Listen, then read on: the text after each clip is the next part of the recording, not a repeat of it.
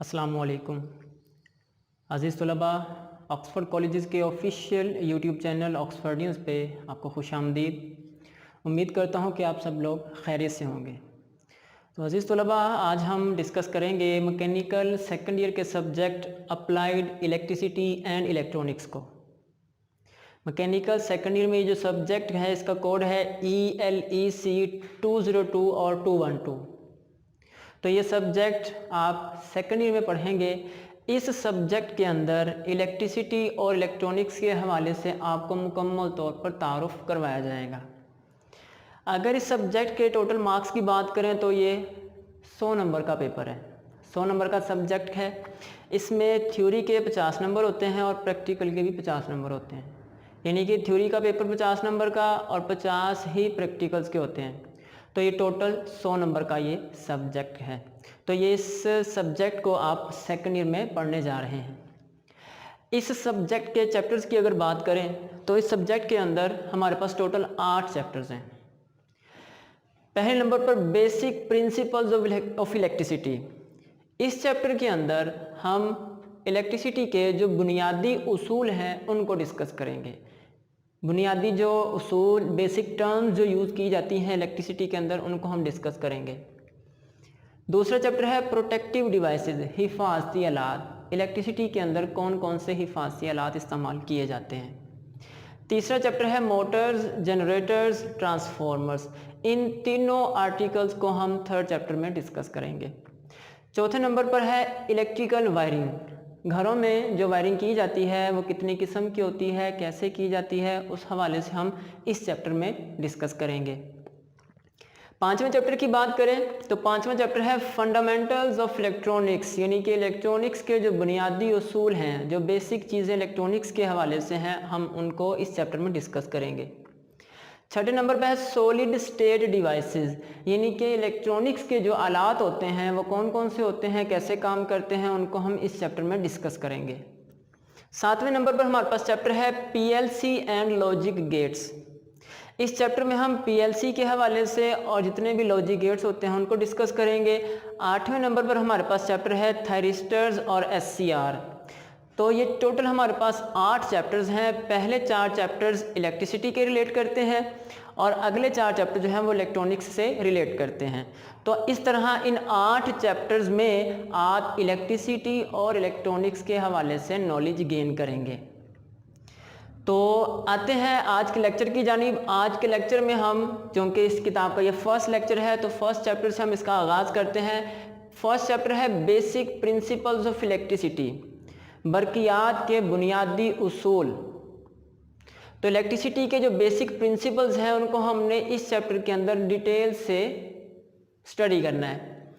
तो इस चैप्टर के अंदर हम आज पहले 2 टॉपिक्स डिस्कस करेंगे। पहला टॉपिक है इलेक्ट्रॉन थ्योरी के हवाले से कि इलेक्ट्रॉन थ्योरी क्या है, मतलब इलेक्ट्रॉन के हवाले से दुनिया के अंदर क्या नज़रिया पाया जाता है। दूसरे नंबर पर हम कुछ बरकी मटेरियल्स को डिस्कस करेंगे, यानी कि इलेक्ट्रिसिटी के अंदर या इलेक्ट्रॉनिक्स के अंदर जो मटेरियल्स यूज़ किए जाते हैं वो क्या कौन कौन से होते हैं और उनकी कंस्ट्रक्शन या उनकी मिसालें कौन कौन सी होती हैं। तो हम ये मटेरियल्स डिस्कस करेंगे और इलेक्ट्रॉन थ्योरी को डिस्कस करेंगे। तो आते हैं हम इलेक्ट्रॉन थ्योरी की जानिब।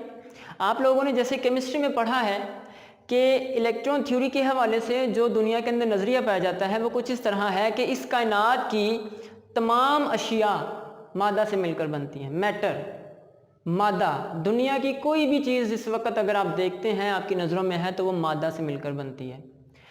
इस दुनिया के अंदर मादा की 3 हालतें वजूद में है, पाई जाती हैं: सॉलिड, लिक्विड, गैस, ठोस, माया, गैस। तो ये 3 हालतों में मादा पाया जाता है। मादा 3 हालतों में पाया जाता है: ठोस, माया और गैस। अब ये जो मादा होता है, मादा की कोई भी हालत होती है वो छोटे छोटे ज़र्रात से मिलकर बनती है। उन ज़र्रात को हम मॉलिक्यूल्स कहते हैं, यानी कि मॉलिक्यूल्स छोटे छोटे पार्टिकल्स होते हैं, ज़र्रात होते हैं, उनके मिलने से मादा की कोई भी हालत वजूद में आती है। अगर हम बात करें कि मॉलिक्यूल्स क्या होते हैं, तो मॉलिक्यूल्स भी खुद छोटे छोटे ज़र्रात से मिलकर बनते हैं। उन ज़र्रात को, उन पार्टिकल्स को हम एटम्स कहते हैं। यानी कि एटम बज़ाते खुद एक छोटा सा ज़र्रा होता है इस कायनात का, छोटे से छोटा ज़र्रा जिसको मज़ीद तकसीम नहीं किया जा सकता। तो एटम्स से मिलकर मॉलिक्यूल्स वजूद में आते हैं और मॉलिक्यूल्स के मिलने से मादा की कोई भी हालत वजूद में आती है।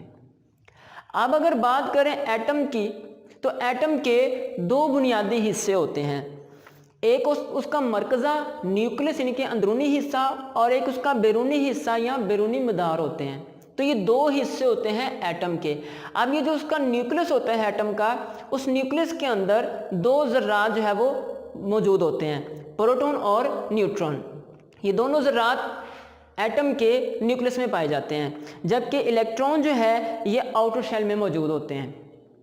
तो इलेक्ट्रॉन जो है ये आउटर शेल में मौजूद होते हैं, प्रोटॉन और न्यूट्रॉन ये न्यूक्लियस के अंदर पाए जाते हैं। इस डायग्राम की तरफ अगर आप देखें, इस डायग्राम को गौर से, तो देखें एटम का जो मरकज़ी हिस्सा होता है न्यूक्लियस, उसके अंदर प्रोटॉन और न्यूट्रॉन मौजूद होते हैं और वो साकन रहते हैं, वो हरकत नहीं करते। और इस न्यूक्लियस के गिर्द मुख्तलिफ मदार होते हैं। इलेक्ट्रॉन्स की तादाद के लिहाज से एटम के बैरूनी मदार होते हैं।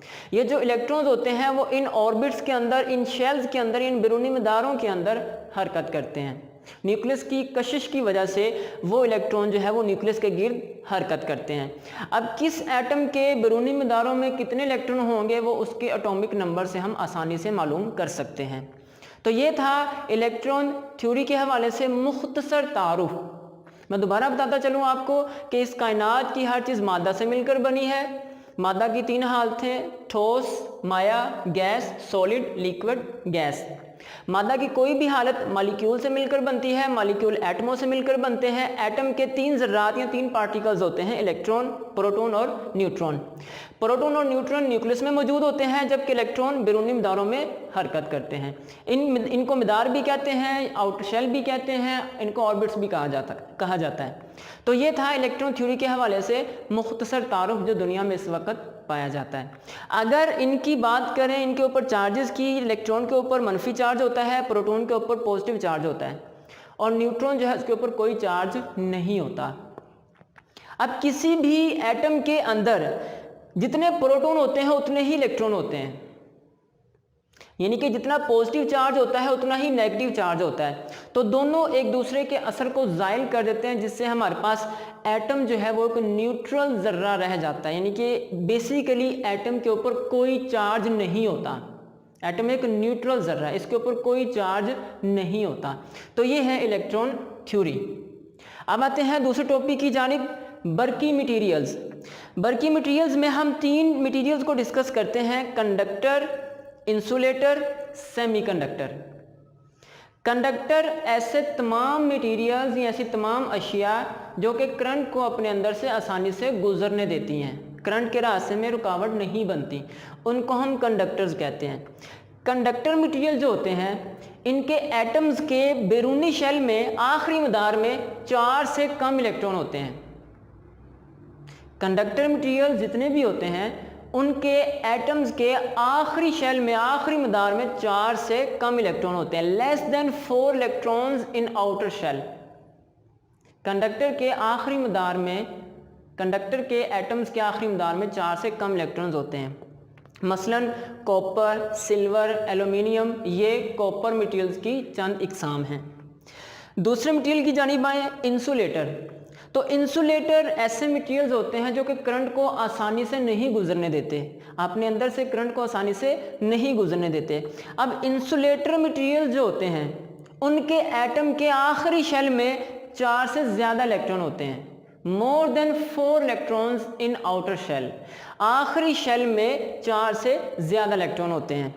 इसकी मिसालों की अगर बात करें, पेपर यानी कागज़, प्लास्टिक, रबड़, ग्लास यानी कि शीशा, ये इसकी चंद मिसालें। खुश्क लकड़ी भी एक इंसुलेटर है, उसमें से भी करंट नहीं गुजर सकता। तीसरे नंबर पे बात करें सेमीकंडक्टर मटेरियल्स की, तो ये ऐसे मटेरियल्स होते हैं जो कि करंट को ना तो आसानी से गुजारते हैं जिस तरह कंडक्टर गुजारता है, और ना ही ये करंट के रास्ते में उतनी रुकावट पेश करते हैं जितनी इंसुलेटर पेश करता है। मतलब ये हुआ कि सेमीकंडक्टर करंट गुजारने के लिहाज से कॉपर की निस्बत कम करंट गुजारता है, जबकि इंसुलेटर की निस्बत इसकी सलाहियत करंट गुजारने की ज़्यादा होती है। तो सेमीकंडक्टर की करंट गुजारने की सलाहियत कंडक्टर से कम लेकिन इंसुलेटर से ज़्यादा होती है। जितने भी सेमीकंडक्टर मटेरियल्स होते हैं उनके एटम्स के आखिरी शेल में 4 इलेक्ट्रॉन्स होते हैं। इनकी मिसाल दुनिया के अंदर जो पाई जाती है सिलिकॉन, जर्मेनियम, ये 2 मटेरियल सबसे ज़्यादा सेमीकंडक्टर मटेरियल के तौर पर इस्तेमाल होते हैं। तो ये 3 बरकी मटेरियल्स हैं, इनको हम इलेक्ट्रिसिटी के अंदर या इलेक्ट्रॉनिक्स के अंदर इनको इस्तेमाल करते हैं।